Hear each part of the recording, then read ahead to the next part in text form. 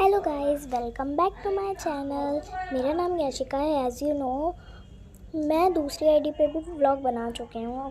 Okay, तो आज मैं दिखाऊंगी मेरा मेकअप रूटीन, मतलब मैं कैसे कैसे करती हूँ मेकअप। ओके, सो देखो, ये है फर्स्ट तो मेरा मेकअप किट। अब इसको हम खोलेंगे और आपको दिखाएंगे, ठीक है। ये देखो, ये मैं